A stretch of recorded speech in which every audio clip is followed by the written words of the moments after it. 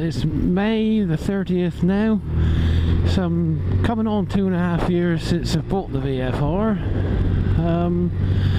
21,000 miles later, what's it really like? Well, if I've read all the reviews prior to having it, I wouldn't have had it. It's not a sports bike, it's not a tourer bike, the tank is too small. What the hell have Honda produced here? Well, luckily I didn't actually listen to the reviews. I actually took one out on the off chance, actually, just for a test drive. Was impressed with its handling, its brakes, and my previous two bikes, well, the two bikes I had at the time, was an 05 Fireblade and a Blackbird, an 03 Blackbird injected. Two superb bikes, absolutely mint condition. No real reason actually to change it. Anyway, cut a long story short, we changed it and we ended at this one. Right, well, what's it like? And what category does it fit in? Well, it's not a sports bike, it's not a tourer, but it does both very well. So, how did it go? Well, it's about 30 to 40 miles from our Honda dealer to home, and unfortunately it wasn't brilliant weather, so we went home steady, got home, had a courtesy call from the Honda dealer, just making sure everything was okay. Well, that chance, you had the only chance to try it, so I said, well, fine so far, except what I have noticed, that on the tank, where your actual knees are rubbing, it was scuffing it a little bit. The reply from him was, well, I don't know what we can do about that, they're all like these days, which I wasn't too impressed with to start. So he said, you'll have to get past the Honda. So I did, and Honda's reply was, we've never had that sort of problem before.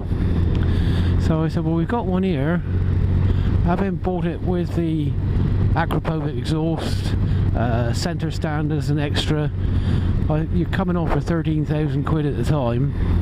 And I said, well, I'm not impressed with it.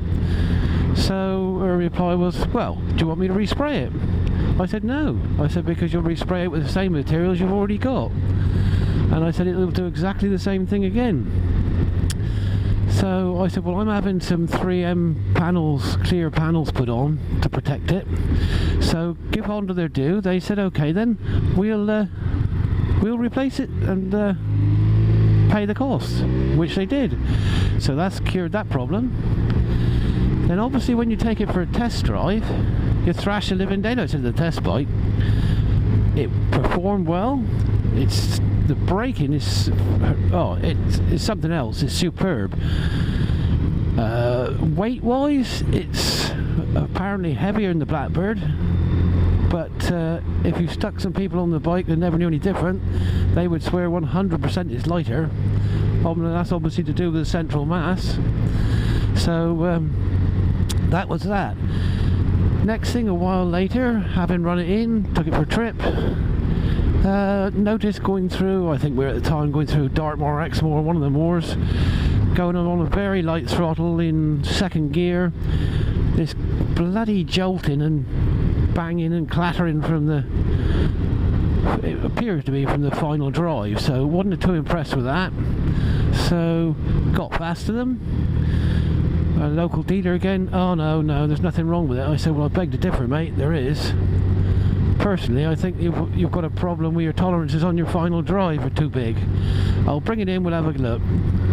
They bring it in, no, it's perfect, mate, nothing wrong with it. So on the Honda, no, we've never had this problem before. Again, keep going on to them, and in the end they finally agreed they would actually strip the gearbox down and check all the tolerances, and if it was wrong, obviously they would put it right, but if not, then I'd have to pay. Well, I declined from that, only for the fact is the tolerances probably are right to manufacture, but they're not right in the fact that they produce this clatter at very light throttle, which probably partially is due to actually very low fueling to get into the emission controls at a low level. So there's a couple of faults we have with it, and one other minor fault. The little silver panel at the back wore through on the right hand side within 800 miles, so it wore through the paint.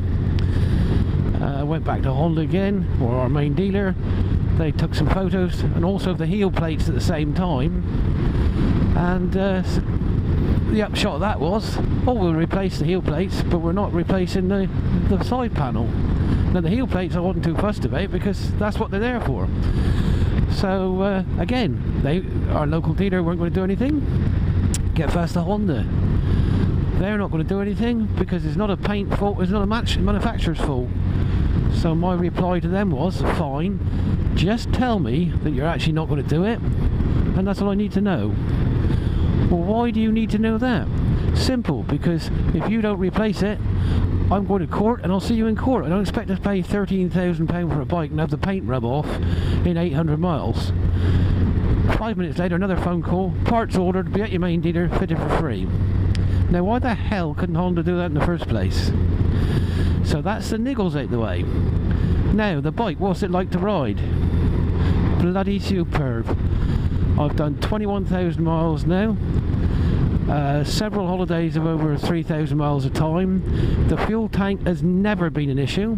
I've toured with a FJR1300 and a ZZR1200, and yes, the FJR's got more in its tank when we actually refuel, but we've never had an issue with it, and it's been brilliant. So you can kick that out the door. Is it a sports bike? Is it a touring bike? Nope, it's neither. It's a bit of each, but it does both exceptionally well, to the fact I dealt my Blackbird in for the for the VFR and kept the blade, but the blade stayed in the shed and I kept using the VFR because if I wanted to go out for a bit of fun, I used to just throw the top box off in luggage and go out and give it welly basically. And so the old Fireblade stayed in the shed, which seemed pointless, so in the end I actually sold it. Touring wise, no problem whatsoever. The comment on the luggage, well, to be honest, I would have to agree that the side casings are just a fraction too small, and only in the respect that to put a full face helmet in one, you have got to juggle it around. It's a bit like the Krypton factor. But I can see where Honda were coming from. It is a sports tour, not an out-and-out tour, and if you want an out-and-out tour, buy a Pan Am. So if you want to go away for a few days, you can get all you want in, no problem at all, and that's two. I have got a Givey 55 which I stick on as a top box if we're going away for any length of trip, but other than that they're fine. I was going to buy the Honda extended screen because being 6'1", I suppose taller than the average rider, shall we say, I was getting wind buffeted straight in the face, but 140 quid seemed a bit steep, so I've actually got on a Givey screen which is 4 inches taller, £89, fits perfectly, good quality and no qualms at all. Extras to the bike, a fender extender obviously, because why they insist on making those short bloody mudguards I don't know, because at the end of the day they don't do bugger all, so I've had to put that on. And to be a sports touring bike, the other extra, shall we say, was a centre stand, which again, come on Honda, at the price you're paying, that should be on the bike. But like I say, back to we're actually riding the bike, touring, superb, comfortable. It's comfortable for me, put it that way. I'm, like again, 6'1". I like the slightly let stance leaning forward. It suits me, and it's comfortable. Oh, the other mod, and I don't know what the new seat was like because this is obviously 2012 model, December. So supposed to be a slightly improved seat. I had a Melroy seat on the Blackbird which was absolutely superb, transformed the comfort for it. So I immediately ordered one for this as soon as I ordered the bike. They both turned up at the same time, put the seat on the bike, and that's it. So I never actually rode with the original Honda seat, and to date the furthest I've done in one day is 1400 miles, and that was a trip in Austria. I went down, did the Glocker Pass, and then came out of there, and then went back up through Germany, back home again, and that was 1400 miles in one stop, no problem whatsoever. The bike is run absolutely faultless, it's never missed a beat. I did have a battery go after about, I suppose 9 months. I suppose our local dealer replaced that with no quibble, so that wasn't a problem. Other than that, so far as being let down, I've never been let down with it. I've just come back from the lakes and the Yorkshire Dales, Pennines. We did 1,350 miles. We went up at a fair old lick. We toured like you do, 25-30 mile an hour around the dales and the lakes. Came back at 90 mile all the way, 2 up fully loaded, and returned just a shade over 51 to the gallon. And that's not guesswork, that is actually a receipt filled up before we go, kept all the receipts, filled up when we come back. So that's spot on mileage wise, which I'm quite impressed with that. So what else would you want to say about it? What would I replace it with? Well, at the moment I'm not going to replace it, but when I do, I'd like to think Honda would do something about that annoying, shall we say, drivetrain clatter, which, to be honest, now you can drive around it by just dropping it down a cog and bringing the revs up slightly. Shouldn't have to really, but I've yet to ride a bike that's never had a fault one way or another. The shaft drive is absolutely phenomenal. You would never know you're driving a bike with shaft drive. The finish, yeah, the finish is good. I don't know what they crack on. It's a superb finish. To be honest, most bikes are finished well these days, so, but it is a good finish, and the Honda finish does tend to stack up and last. The replacement side of things, I'd buy another one without a shadow of a doubt.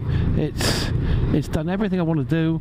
You can go out, you can treat it like a sports bike, and you read these reviews on turning and turning out on corners, all this crap. To be honest, most of the test riders these days are 6 stone wet, and when they jump on a bike with any substance, and I mean it's not a light bike, it's 269 kilos I think it is, it's going to take a bit of throwing around. But most of them, like I say, are 6 stone wet. They haven't got the weight there to start with, and I don't find any problem whatsoever. I've had a few dices along the way, as we all do, and to be honest, I can keep up with anything that runs with this sort of same performance. Like I said, I haven't had the Blackbird and the Fireblade. Yes, the Fireblade's lighter, there's no two ways about it. It is more flickable, but that's not to say this isn't. And I've no problem keeping it with anybody through anything, and it's good fun. It's 100% reliable. It's good miles to the gallon. It's a sports bike. It's a touring bike, all rolled in one. And personally, I would thoroughly recommend it. The looks side of things, I don't know why they stopped making the blue model, because to be honest, I think the blue was the prettiest of the lot. But hey ho, Honda know what they're doing, in theory.